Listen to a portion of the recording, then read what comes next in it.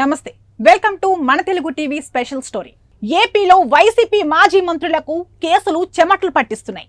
ఒక్కొక్కరిపై కేసులు నమోదవుతున్నాయి. ఈ క్రమంలో నెక్స్ట్ టార్గెట్ మాజీ మంత్రి రోజానేనా? రోజాను కూటమి ప్రభుత్వం ఎందుకు టార్గెట్ చేసింది?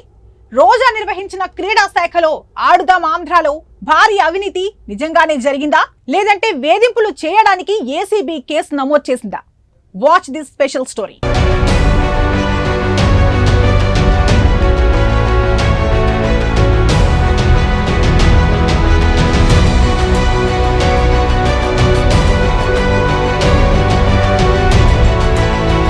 మూడు దశాబ్దాల క్రితం రాజకీయ రంగ ప్రవేశం చేసిన రోజా ఇప్పటి వరకు 2 సార్లు ఎమ్మెల్యేగా ఎన్నికయ్యారు. మొదట్లో టీడీపీలో కొనసాగిన రోజా 2014 ఎన్నికల నాటికి వైసీపీ తీర్థం పుచ్చుకున్నారు. టీడీపీలో ఉండగా 2 సార్లు ఎమ్మెల్యేగా పోటీ చేసి ఓటమి పాలయ్యారు. వైసీపీలో చేరిన తర్వాత 2 సార్లు వరుసగా ఎమ్మెల్యేగా ఎన్నికయ్యారు. 2024 ఎన్నికల్లో ఓటమి చవిచూశారు. జగన్ 2వ విడత మంత్రివర్గ విస్తరణలో మంత్రి పదవి కూడా లభించింది. ఆ మంత్రి పదవే ఇప్పుడు రోజాకు తిప్పలు చేస్తోంది. త్వరలో రోజా అరెస్టు కాబోతున్నారంటూ పెద్ద ఎత్తున ఏపీలో ప్రచారం జరుగుతుంది. గత 5 ఏళ్ల కాలంలో ప్రతిపక్ష పార్టీ నేతలను, ప్రధానంగా తెలుగుదేశం, జనసేన పార్టీ నేతలను తీవ్రంగా విమర్శించింది. పార్టీ అధినేతలను సైతం వదలకుండా విమర్శలు చేశారు. ఒక రకంగా వ్యక్తిగత హననం చేశారని చెప్పొచ్చు. జనసేన అధ్యక్షుడు పవన్ కళ్యాణ్తో పాటు తెలుగుదేశం పార్టీ అధ్యక్షుడు చంద్రబాబును అనరాని మాటలన్నారు. సభ్య సమాజం తలదించుకునే మాటలు మాట్లాడిన పరిస్థితి. కనీసం తాను మహిళను అని కూడా చూసుకోకుండా విమర్శలు చేశారు. రాజకీయంగా మాట్లాడటం వేరు, రాజకీయ ఎదుగుదల కోసం మాట్లాడటం వేరు. జగన్ మెప్పు కోసం ఇతర పార్టీ అగ్రనేతలపై ఇష్టారాజ్యంగా నోరు జారేవారు.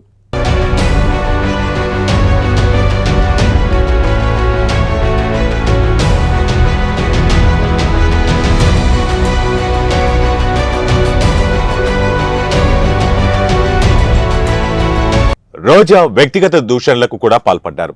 సభ్య సమాజం తలదించుకునే విధంగా మాట్లాడారు. ఇవే ఇప్పుడు ఆమె మెడకు చుట్టుకుంటున్నాయి. గత 5 ఏళ్ల కాలంలో మంత్రిగా పనిచేసిన సమయంలో ఎన్నో రకాల అవినీతి, అక్రమాలు చేశారని, కోట్ల రూపాయల ఆస్తులు కూడబెట్టారని ఆరోపణలు ఉన్నాయి. వాటన్నిటికీ బలం చేకూర్చే విధంగా తాజాగా ఏపీ ప్రభుత్వం ఆమె నిర్వహించిన శాఖపైన దృష్టి పెట్టి జరిగిన అవినీతినంతా బయటకు తీస్తోంది. అయితే ఆ అవినీతిపై త్వరలోనే చర్యలు ఉంటాయని చెబుతున్నారు. సహజంగా తెలుగుదేశం పార్టీ అధినేత సీఎం చంద్రబాబు మహిళల జోలికి వెళ్లరు. కానీ రోజా విషయంలో ఎటువంటి నిర్ణయం తీసుకుంటారనే చర్చ మాత్రం ఇప్పుడు రాష్ట్ర వ్యాప్తంగా నడుస్తోంది. నిజంగా రాజకీయంగా ఎదగాలంటే అన్ని మాటలు మాట్లాడాల్సిన అవసరం లేదు. రాజకీయ విమర్శలు మాత్రమే చేస్తే సరిపోయేది.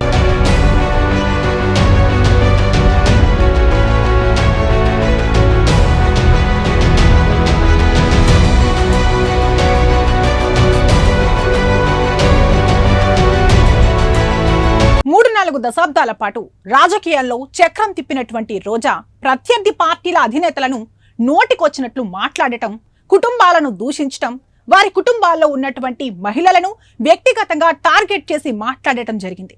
ఒకవేళ ఆమె పైన ఏ రకమైనటువంటి ఆరోపణలతో అరెస్టు చేసినా, నిజంగానే అవినీతి జరిగి ఉంటే ఆధారాలతో అరెస్టు చేసినా, కక్ష సాధింపులో భాగంగా అరెస్టులు చేశారని ఎవరూ పెద్దగా పట్టించుకోరనే పరిస్థితి కనబడడం లేదు.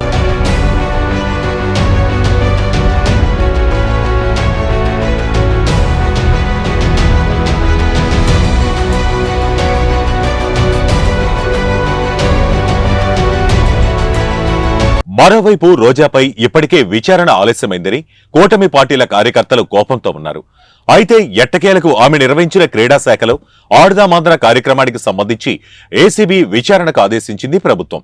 ఆడుదామాంధ్ర పేరిట నాసిరకపు క్రీడా సామగ్రి కొన్నారనే ఆరోపణలు ఉన్నాయి. గత ప్రభుత్వ హయాంలో కేవలం ఆడుదామాంధ్ర పేరిట నిర్వహించిన కార్యక్రమానికి 45 రోజుల్లో 119 కోట్ల రూపాయలు ఖర్చు పెట్టారన్నది ప్రధాన ఆరోపణ. క్రీడల శాఖకు ఇచ్చిన నిధులను భారీగా దుర్వినియోగం చేశారంటూ ఆరోపణలు వెల్లువెత్తాయి. దీనిపై విచారణకు ఏసీబీని ప్రభుత్వం ఆదేశించింది.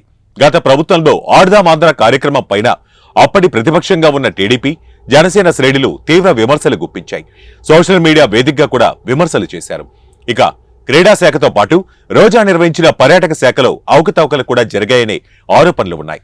ముఖ్యంగా పర్యాటక శాఖ నిర్మించిన నూతన భవనాల ఖర్చుపైన కూడా విచారణ జరిగినట్లు తెలుస్తోంది.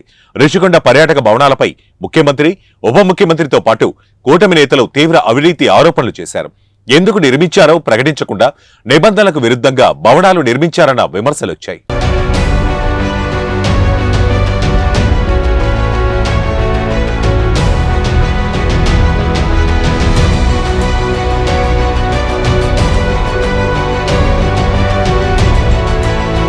ఋషికొండ నిర్మాణాలకు దాదాపు 500 కోట్ల రూపాయల ప్రజాధనం దుర్వినియోగం అయిందని ప్రధాన విమర్శ. అక్కడ నిర్మించిన భవనాలు కూడా పర్యాటక శాఖ ఆధ్వర్యంలో నిర్మించినవే అవడం, దానిపైన కూడా విచారణ జరగాలని డిమాండ్ ఉంది. మొత్తం మీద రోజా ఆడుదామాంధ్రపై ఏసీబీ విచారణ ఏ విధంగా ఎదుర్కొంటారన్నది ఇప్పుడు హాట్ టాపిక్ గా మారింది. దీంతో అరెస్టుల భయంతోనే రోజా ఇల్లు వదిలి బయటకు వెళ్లిపోయారని, కనీసం నగరిలో కాకపోయినా చెన్నైలో కూడా కనిపించకుండా పోయారనే చర్చ నడుస్తోంది. నిత్యం ఇతర దేశాలు, ఇతర ప్రాంతాల్లో తిరుగుతున్నారని టాక్ నడుస్తుంది. అందువలనే ఎంతో ప్రతిష్టాత్మకంగా నిర్వహించిన వైసీపీ ఆవిర్భావ సభల్లో కూడా రోజా పాల్గొనలేదు. పార్టీ ఇతర కార్యక్రమాల్లో కూడా రోజా పాల్గొనటం లేదు. తరచూ తన నోటి దురుస్తో వార్తల్లో ఉండే రోజా ఇటీవల ఆమె మాటే వినపడటం లేదు. దీంతో నగరిలో రోజా దుకాణం బంద్ అయిందని ప్రచారం జరుగుతోంది. మంత్రిగా ఉన్నప్పుడు అప్పుడప్పుడు కనిపించిన రోజా భర్త, పిల్లలు ఇప్పుడు ఎక్కడ ఉన్నారో కూడా తెలియటం లేదు. వరుసగా వైసీపీ నేతలను అరెస్టు చేస్తుండటంతో తర్వాత టార్గెట్ తానేనని తెలుసుకుని తప్పించుకుంటున్నారని రాజకీయ వర్గాల్లో టాక్ నడుస్తోంది.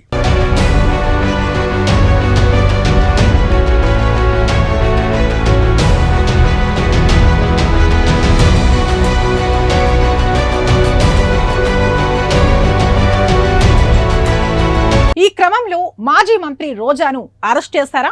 అరెస్టు చేస్తే ఏ కేసులో అరెస్ట్ చేస్తారు? నిజంగానే ఆడుదామాంధ్ర కార్యక్రమంలో జరిగినటువంటి అవినీతిపైన అరెస్ట్ చేస్తారా? లేదంటే ఋషికొండ ప్యాలెస్ భవనాల నిర్మాణాల కేసులో అరెస్ట్ చేస్తారా? పర్యాటక శాఖలో జరిగినటువంటి ఇతర అవినీతి అక్రమాల కేసులో అరెస్ట్ చేస్తారా అనే దానిపై సర్వత్రా ఆసక్తి నెలకొంది. ఏది ఏమైనా రోజా విషయంలో ఏం జరుగుతుందో కొంతకాలం వేచి చూడాల్సిందే. మరి ఇది వాల్టి మన తెలుగు టీవీ స్పెషల్ స్టోరీ. మరొక ఇంట్రెస్టింగ్ టాపిక్ తో మళ్ళీ కలుద్దాం. నమస్తే.